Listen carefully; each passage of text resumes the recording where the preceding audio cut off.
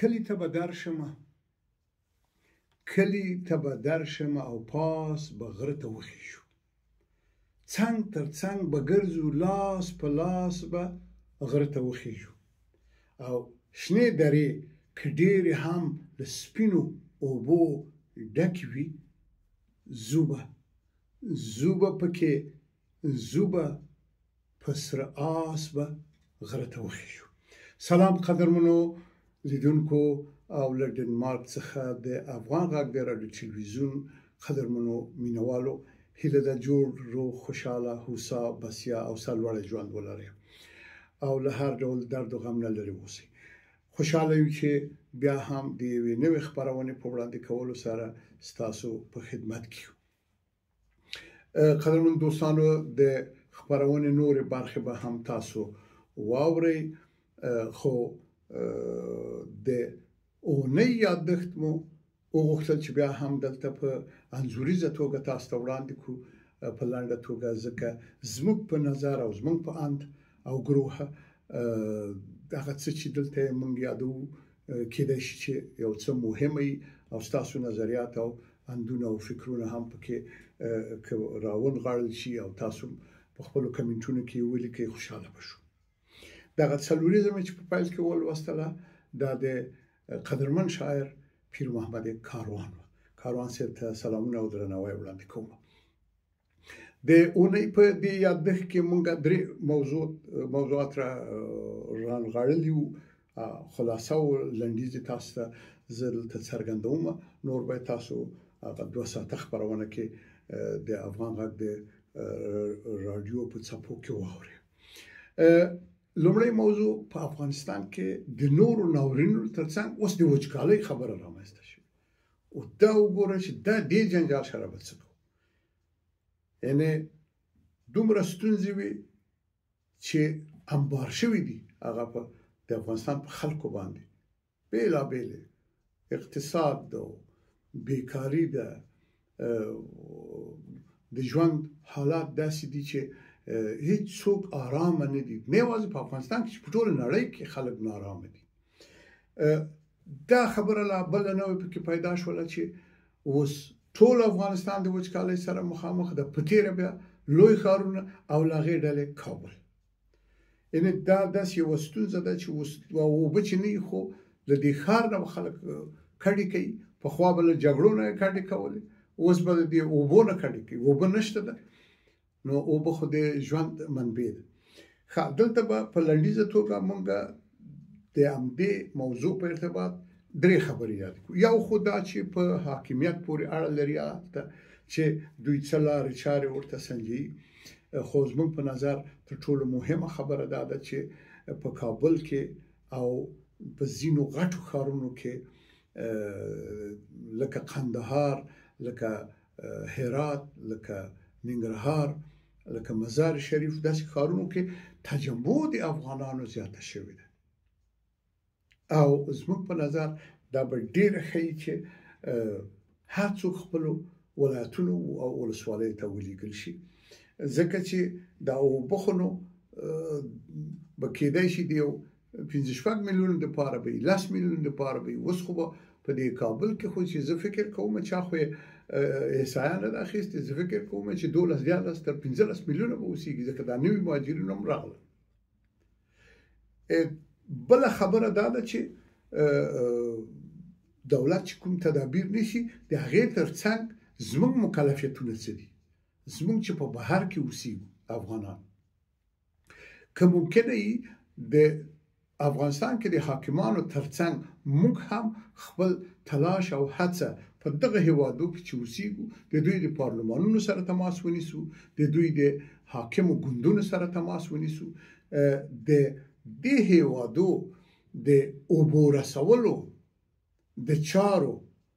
له منابعو سره تماس ونیسو، ځکه دوی د دې کار متخصصین دي په خپل هیواد کې چې څه کوي، کېدلی شي چې موږ سره مرسته وکړي او افغانستان کې د تخنیکي مرستو لپاره دوی چمتو شي او دا به زموږ ستاسو ډېر یو لوی تاریخي رسالت کولی شو. هر افغان په بهر کې په اروپا کې اوسېږي، د شوروي اتحاد په پخوانیو جمهوریتونو کې، هندوستان کې،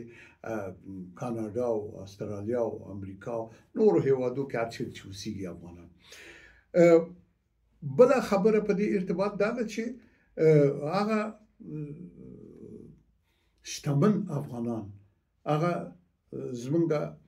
سوداګر او تاجران چې دي، دې قدرمنو عزیزانو ته مو خاص دا ده چې که دوی وکولی شي د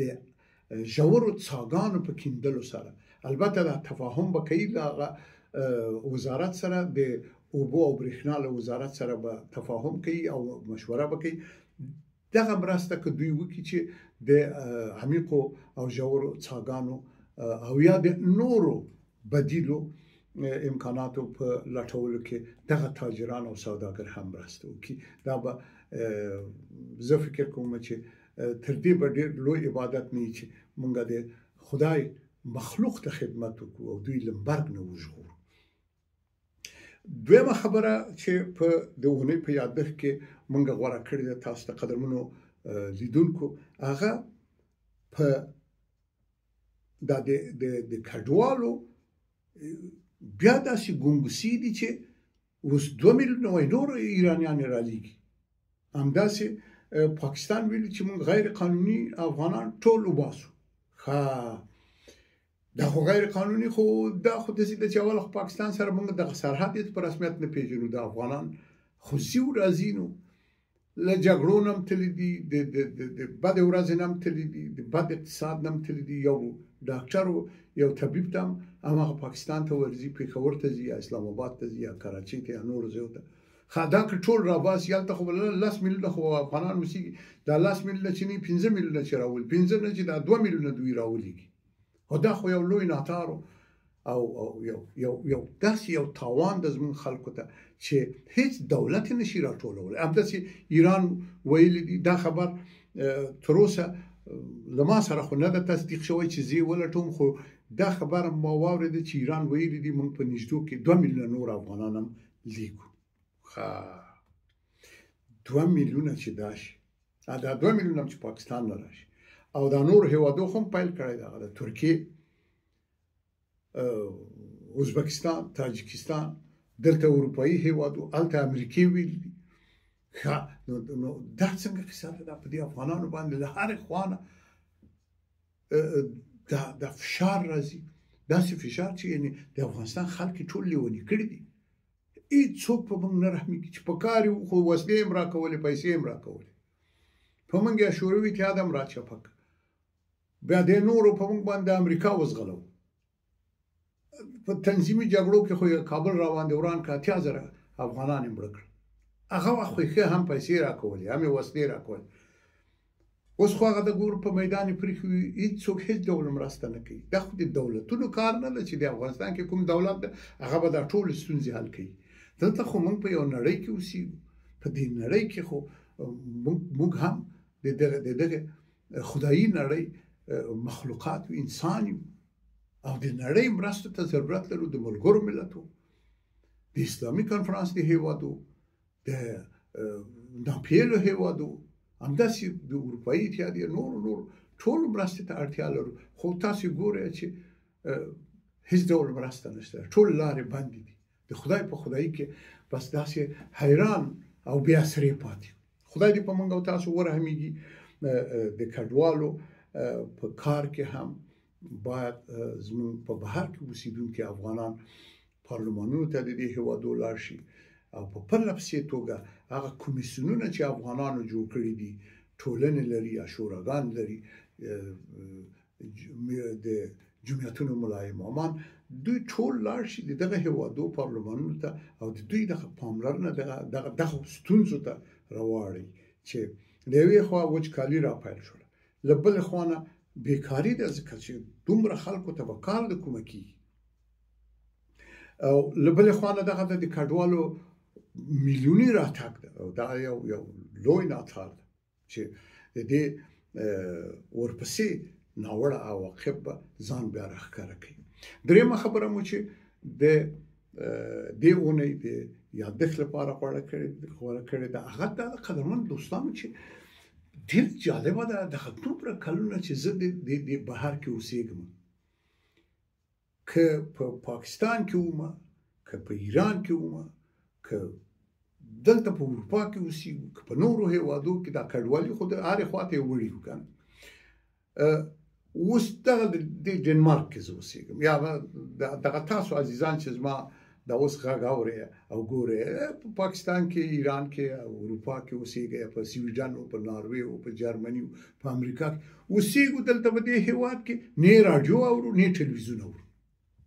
انسان نه خبره و چې دلته څه حال نړۍ هره ورځ په نوي بدلونونو کې ده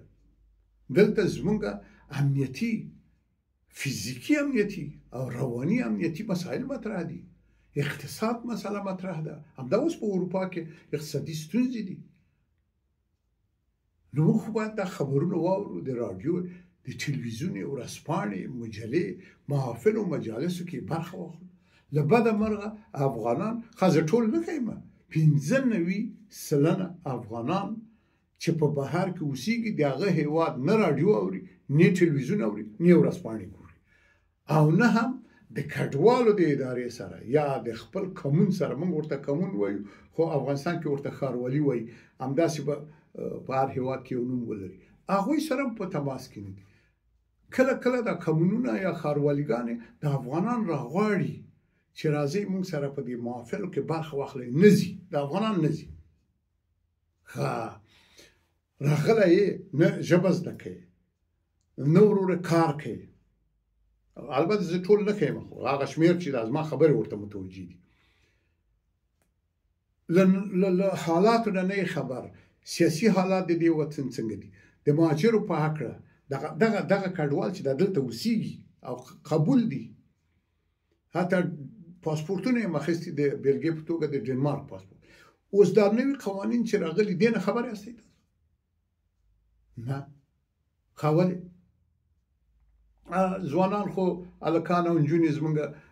اولادونه دا به په خپلو کارو اخته یي دونه حوصله نه لري د دې ځایو ځوانان چې اوس هغه کیني مور پلار ته هره ورځ خبرونه تشریح کړي عملاقل دا خو موږ کولی شو په 80 کلنۍ کې په 80 کلنۍ کې هم کولی شو یو لږه ژبه زده کړو او که نه یې هماغه خو ترجمه کېږي ویې ژباړو په یوټیوب له لارې د ګوګل له لارې په ټولو امکانات سره موږ دا کولی شو او یا خپله د افغاني ټولنو سره چې په رابطه کې یو دلته هم ټولنه کې نام خدا هر ښار کې مو یوه ټولنه او یوه شورا او یوه کمیټه جوړه کړې ده د قومونو د قبایلو د سیمو د ولایتونو ولسوالیو یعنې د هرې ولسوالۍ کمیټه لرو او یو انجمن لرو یوه ټولنه لرو یوه شورا لرو د قومونو لرو د ولایتونو لرو یو د بل جمعیت ته نه ځو خو هماغه ټولنه کې چې ته اوسېږې که د قوم دم ده که د ولایت دم ده همالته خو کښېنې د اوله خو دا خبرونه یو وار واورې روزانه یو بل ته یعنې دا ډېره مهمه ده قدرمنو دوستانو موږ د یو رسنۍ په توګه د خپل مکلفیت ګڼو چې دا مطلب تر تاسو ورسوو دا ډېره مهمه ده زموږ ژوند دلته همدا اوس هره ورځ نوي قوانون دلته په ډنمارک کې په سکندناوي هېوادو کې په ټوله اروپا کې په انګلستان کې په امریکې کې کاناډا کې استرالیا کې د نورو هېوادو کې ټولو کې نوي قوانین مقررات او لایحې راوځي د ژوند کولو د اقتصاد په باب خبرداریګانې دي چې ځان چمتو کړو یو که یوه بده ورځ راځي نو بیا څه وکړو یعنې دغه ټولې خبرې تاسو خفه نه شئ چې دا مسایل مو لږ ذره جدي مطرح کړل قدرمن دوستانو موږ ته هم لیکونه راځي موږ ته هم ټلیفونونه راځي قدرمن اوریدونکي او لیدونکي موږ نه هیله کوي چې دغه مهمه مسایلو باندې تاسو باید تماس ونیسئ او دا خپلو لیدونکو خپلو اوریدونکو ته یې څرګند کړئ خوشحاله یو چې لا اقل دې لارې نه تاسو سره په اړیکه کې یو که چیرې غواړئ موږ ته رهنمایي وکړئ لارښوونه وکړئ زموږ خپرونې لا پسې ښې کړئ او تاسو خپله پکې برخه واخلئ زموږ د ټلیفون شمېره ده 0045 د ډنمارک کود ده له هغې نه وروسته 11 21 93 تاسو هر وخت کولی شئ موږ ته ټلیفون وکړئ او یا هم د هېواد دوست په فیسبوک کې کولای شي د غیر لارې مسنجر لاره د واتس اپ لاره دغه شمیره د ټلیفون چې ما ویلې دا د واتس اپ شمیره ده کولای شي په دې کې هم مونږ ته ټلیفون وکړي او دا ستاسو ګروه او اندونه ستاسو کېدلی شي نیوکې چې بې نیوک خو هېڅ کار نه بشپړېږي موږ به د چا خبره سیخې لارې ده برابر کړي خوشحاله او نیکمرغه اوسئ له غمونو لرې اوسئ په ما خو ګران یاستئ هر څوک او هر چیرې چې یاستئ ډېر درته قدر لرم او په پای کې دغه اوس یو بل پیغام راغی وایي ولې زه هیڅ مجبور نه یم چې ستا رهبر ته لکه ستا په شان احترام وکړم دا خو ولا ډېره مهمه خبره جمیله جان آریوبي زموږ یوې لیدونکي دا اوس دا پیغام را لېږلی وایي وله دا خو ډېره مهمه خبره ده یو څوک ځان ته یو رهبر به ټاکلی یا خو مړ ده اوس هم کله کله چې کیني دا د چای ګیلاسونه جنګوي او وایي چې ژوندی دی هغه رهبر یا هغه وخته مړ شوی ده یا په خپل مرګ یا چا وژلی که نه نو دا توقع خو باید ونه کړو چې تا ته به رهبري تا ته به چېرته به یې مقرر کړی یا به صدر اعظم به یې مقرر کړی یا وزیر خارجه یا وزیر تحصیلات عالی یا به چېرته رئیس و مدیر مقرر کړی که نه کور به یې درکړي ځمکه به یې درکړي احترام یې وکړه مګر له ملت دا توقع مه لره چې هغه ستا رهبر ته د ملي رهبر ووایي قهرمان د دې وطن ووایي که نه